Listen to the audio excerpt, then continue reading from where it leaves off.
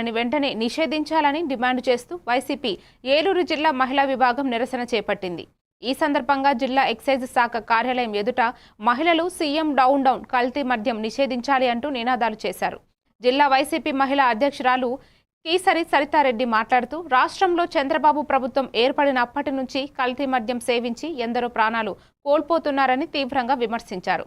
నిన్న ఏలూరులో wine shop వద్ద మద్యం తాగిన యువకుడు మృతి చెందిన ఘటన దీనికి తాజా ఉదాహరణ అని ఆమె తెలిపారు.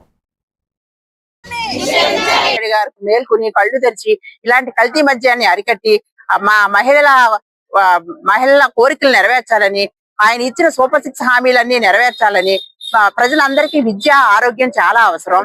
అటువంటి మెడికల్ కాలేజీ ప్రైవేటీకరణ చేయకుండా విద్యను కూడా ఇంగ్లీష్ మీడియం స్కూల్స్ డెవలప్ చేసి, జగన్ గారు చేసిన డెవలప్ చేసి వాటిలన్నింటినీ ప్రజలకు అందించాలని వైఎస్ఆర్సీపీ మహిళల తరఫున నేను డిమాండ్ చేస్తున్నాం. జై జగన్.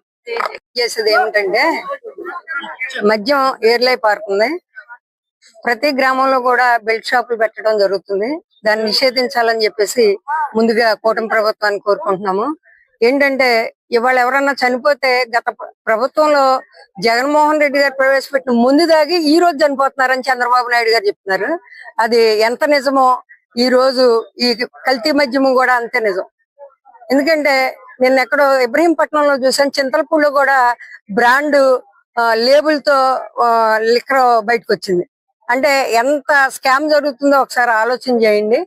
కూటమి ప్రభుత్వానికి చెప్పేది ఏంటి అంటే మహిళలందరూ కూడా వాళ్ళ కుటుంబాన్ని పోషించాలంటే ఒక మగ మనిషి కావాలి. కానీ వీళ్ళు రోడ్ల మీద తాగి పడిపోయి యాక్సిడెంట్ లో కూడా చనిపోయే పరిస్థితిలో ఉన్నారు. కాబట్టి కూటమి ప్రభుత్వానికి విజ్ఞప్తి చేసేది ఏంటి అంటే మీరు మంచి మద్యాన్ని నమ్మండి, బెల్ట్ షాపులు తగ్గించండి.